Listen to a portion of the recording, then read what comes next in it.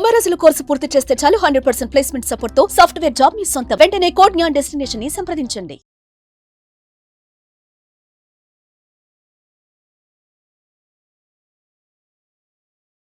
నమస్కారం అలగారి రవీంద్రనాథ్ గారు. నమస్తే అండి సిరి గారు. సార్, ప్రాపర్టీస్ గురించి ఇప్పటి వరకు మనం ఎన్నో వీడియోస్ అయితే చేయడం జరిగింది. అండ్ అందులోనే ఒకరు కామెంట్ కూడా చేయడం జరిగింది. అంటే రెండో వివాహం చేసుకున్న స్త్రీకి భర్త ఆస్తిలో హక్కు ఉంటుందా, అలాగే వాళ్ళకు పుట్టిన పిల్లలకి ఈ ఆస్తి అనేది చెందుతుందా, దీని గురించి చట్టం ఏం చెప్తుంది, దానికి సంబంధించిన డీటెయిల్స్ ఏంటి సార్? వెరీ ఇంట్రెస్టింగ్ వస్తుంది సిరి గారు. ప్రధానంగా హిందూ వివాహ చట్టం 1955 ప్రకారం కొన్ని డీటెయిల్స్ అయితే ఇవ్వడం జరిగింది. అందులో మీరు అడిగినటువంటి ప్రశ్నలోనే సమాధానం ఉంది. రెండో భార్యకు భర్త యొక్క ఆస్తిపై హక్కులు ఉంటాయా అన్న విషయం. ముఖ్యంగా ఇక్కడ రెండో భార్య యొక్క వివాహం చట్టబద్ధమైనదా కాదా అన్నది క్వశ్చన్ రేజ్ అవుతుంది. ఇప్పుడు ఇండియన్ మన సెక్షన్ 5 and 11 ప్రకారం మొదటి భార్య జీవించి ఉండగా రెండో భార్యని పెళ్లి చేసుకోవడం అన్నది ఎట్టి పరిస్థితుల్లో కూడా కుదరని పని. సో అదేంటంటే చట్టబద్ధం కాదు. సో చట్టబద్ధం కాని పక్షంలో రెండో భార్యకు ఆస్తిపై హక్కులు ఉంటాయంటే మ్యారేజ్ చట్టబద్ధం కానప్పుడు ఆమె యొక్క ఆస్తులు కూడా చట్టబద్ధత లేదు అని చెప్పొచ్చు. అయితే కొన్ని విషయాల్లో మాత్రం, కొన్ని పరిస్థితుల్లో మాత్రం రెండో భార్య కూడా కొన్ని విషయాల్లో ఆమెకి ఆస్తు హక్కులు కూడా సంక్రమించే పరిస్థితి ఉంటుంది. ఇది ఏ సందర్భాల్లో ఉండే అవకాశం ఉంటుంది రెండో భార్యకి ఆస్తి హక్కులు మనం తెలుసుకుందాం. ముఖ్యంగా రెండో భార్యకి అంటే మొదటి భార్య జీవించి ఉండగా రెండో భార్యని పెళ్లి చేసుకుంటే మన చట్టం ప్రకారం 1955 చట్టం ప్రకారం రెండో భార్యకు వివాహం చెల్లదు. కానీ రెండో భార్య అంటే లివింగ్ రిలేషన్ లెక్కగా కౌంట్ చేసుకుంటాం కాబట్టి ఆమెకు మాత్రం డీవీసీ అంటే ఆమెకి ఏదైనా డొమెస్టిక్ గృహహింస కావచ్చు, లేకపోతే ఇతరత్ర ఆమెకు కావాల్సినటువంటి ఈ సందర్భాల్లో మాత్రం ఆవిడ ఖచ్చితంగా మెయింటెనెన్స్ లాంటి విషయాల్లో మాత్రం ఖచ్చితంగా రెండో భార్యకు ఉంటుంది, గుర్తుపెట్టుకోవాలి.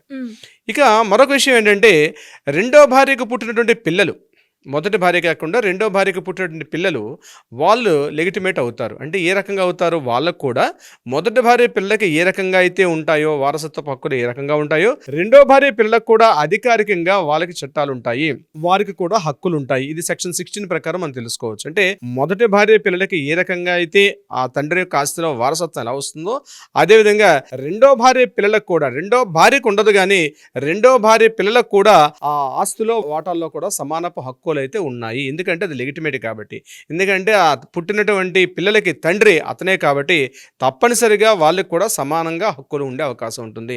అయితే సార్ ఇది సెల్ఫ్ ఎస్టెండ్ ప్రాపర్టీయా లేకపోతే అంటే పూర్వీకులు చూసిన ఆస్తిని కూడా ఆనువంశికంగా వచ్చేది కూడా ఉంటుందా అంటే తప్పనిసరిగా పూర్వీకుల ఆస్తి నుంచి కూడా ఈ పిల్లలకి రెండో భార్యకి పుట్టిన పిల్లలకి ఆస్తిలో వారసత్వపు హక్కు అయితే డెఫినెట్ గా ఉంది అని మన 1956 నుండి హిందూ మ్యారేజ్ యాక్ట్ లో నుండి హిందూ సక్షన్ యాక్ట్ చెప్తోంది.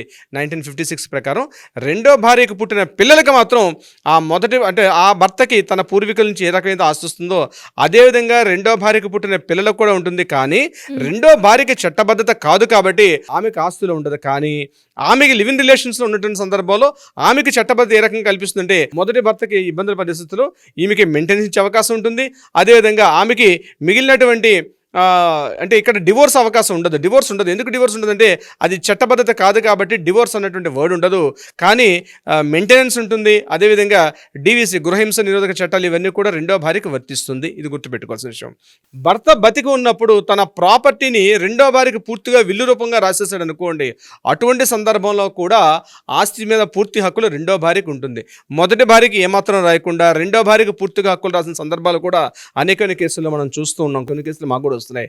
అటువంటి సందర్భాల్లో ఆమెకి ఖచ్చితంగా అధికారం కూడా వచ్చే అవకాశం ఉంటుంది. అంటే చట్టబద్ధత కాదు కానీ విల్లు ద్వారా ఆమెకు సంక్రమించే ఆస్తి అయితే భర్త తన యొక్క ప్రాపర్టీని రెండో భార్య పేరు మీదుగా పూర్తిగా ఆస్తి రాసేసాడు అనుకోండి, వాటికి చట్టబద్ధత ఉంది, వాటికి పూర్తిగా ఆమెకు అనుభవించే అధికారం కూడా ఉంటుంది.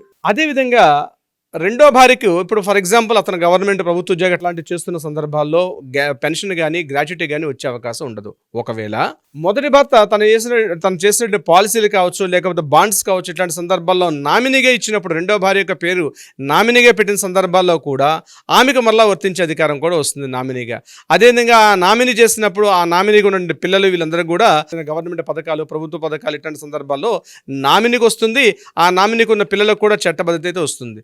సో సో ఇక్కడ మనకి తెలిసింది ఏంటంటే హిందూ మ్యారేజ్ యాక్ట్ 1955, అదేవిధంగా హిందూ సెక్షన్ యాక్ట్ 1956 ప్రకారం ఏంటంటే మొదటి భార్య ఉంటుండగా జీవించి ఉండగా రెండో భార్యకు మాత్రం ఆస్తి మీద వారసత్వపు హక్కు అయితే ఉండదు, కానీ రెండో భార్యకు ఉన్నటువంటి పిల్లలకు మాత్రం వర్తిస్తుంది. ఒకవేళ మొదటి భార్య మరణించిపోయి రెండో భార్యని పెళ్లి చేసుకుంటే ఆ యొక్క పెళ్లికి చట్టబద్ధత వస్తుంది, కాబట్టి ఆ వివాహం చట్టబద్ధత ఉంటుంది. అటువంటి సందర్భాల్లో ఆస్తి మీద పూర్తిగా క్లాస్ 1 లీగల్ హెయిర్గా రెండో భార్యకు కూడా పూర్తి హక్కులు, వారసత్వం అంటే పూర్వీకుల నుంచి వచ్చిన ఆస్తిని కావచ్చు, లేకపోతే సెల్ఫ్ గెయిన్డ్ ప్రాపర్టీ కావచ్చు, ఈ 2 సందర్భాల్లో కూడా ఆ ప్రాపర్టీ మీద రెండో భార్యకు పూర్తి హక్కులు ఉంటుంది. ఇక్కడ క్యాస్టిజం కానీ రిలీజియన్ కానీ ఎక్కడ సందర్భం అయితే ఉండే అవకాశం లేదు. రెండో భార్య ఏ క్యాస్ట్ అయినా ఏ religion irrespective of caste and religion సందర్భించి ఎటువంటి వరకైనా రెండో భార్యకి ఆ సందర్భంగా మాత్రమే హక్కులు వస్తాయి. లేదండి మొదటి భార్య అంగీకారంతో రెండో పెళ్లిని చేసుకున్నాం కాబట్టి వీటికి చట్టబద్ధత వస్తుందంటే ఎట్టి పరిస్థితుల్లో కూడా కుదరదు. హిందూ మ్యారేజ్ యాక్ట్ ప్రకారం మొదటి భార్య అంగీకారం ఉన్నప్పటికీ కూడా రెండో పెళ్లిని ఆమె అంగీకారంతో చేసుకున్నప్పటికీ కూడా రెండో వివాహం చెల్లదు. కాబట్టి ఎట్టి పరిస్థితులు అంటే కొన్ని సందర్భాలు ఎలా చేస్తారంటే అక్క చెల్లెళ్ళు ఉంటారు, అక్క చెల్లెళ్ళు ఉంటుండగా ఏం చేస్తుంటే కొన్ని వాళ్ళ యొక్క ప్రాపర్టీస్ కావచ్చు, ఇతరత్ర కొన్ని విషయాలు అక్క ఉంటుండగానే బతికుండగానే లేకపోతే ఇతరత్ర ఆరోగ్య కారణాలు చూపిస్తూ మొదటి భార్య ఉంటుండగానే వాళ్ళ సిస్టర్ని వివాహం చేసుకోవడం కూడా అనేక కేసుల్లో మనం చూస్తుంటాం. అటువంటి సందర్భాల్లో కూడా హిందూ మ్యారేజ్ యాక్ట్ క్లియర్గా చెప్తోంది చట్టబద్ధత లేదు, కాబట్టి ఆమెకు ఎటువంటి ఆస్తిలో ఆ హక్కు వచ్చే అవకాశం అయితే లేదు. కానీ వాళ్ళకు పుట్టినటువంటి పిల్లలు, అది ఆడపిల్ల అయినా అబ్బాయి అయినా ఎవరైనా సరే ఖచ్చితంగా 2 రకాలుగా కూడా అంటే సెల్ఫ్ గెయిన్డ్ ప్రాపర్టీ అంటే అతను ఎవరి భర్త తన సొంతంగా సంపాదించుకున్న ఆస్తి కావచ్చు, లేకపోతే తన పూర్వీకుల నుంచి వచ్చిన ఆస్తి కావచ్చు, అది వాణిజ్య సముదాయాలు కావచ్చు, అంటే కమర్షియల్ కాంప్లెక్స్ కావచ్చు, బిల్డింగ్లు కావచ్చు, ఏకర్స్ కావచ్చు, ఇల్లు కావచ్చు, లేకపోతే ఇతరత్ర ఏవైనా సరే తప్పనిసరిగా వాటి మీద రెండో భార్యకు పుట్టిన పిల్లలకు మాత్రం లెగిటిమేట్ కింద వస్తుంది. కాబట్టి తప్పనిసరిగా వాళ్ళకైతే సంక్రమిస్తాయి.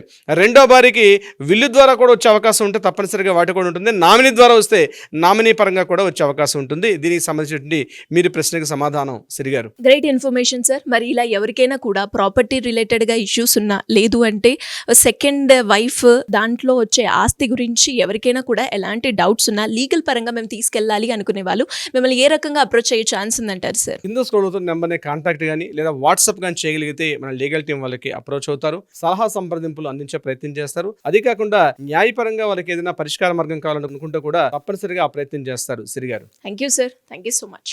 థ్యాంక్ యూ సో మచ్ అండి. సుమన్ టీవీలో మీ పర్సనల్ అండ్ బిజినెస్ ప్రమోషన్స్ కోసం కింది నెంబర్కి కాంటాక్ట్ చేయండి.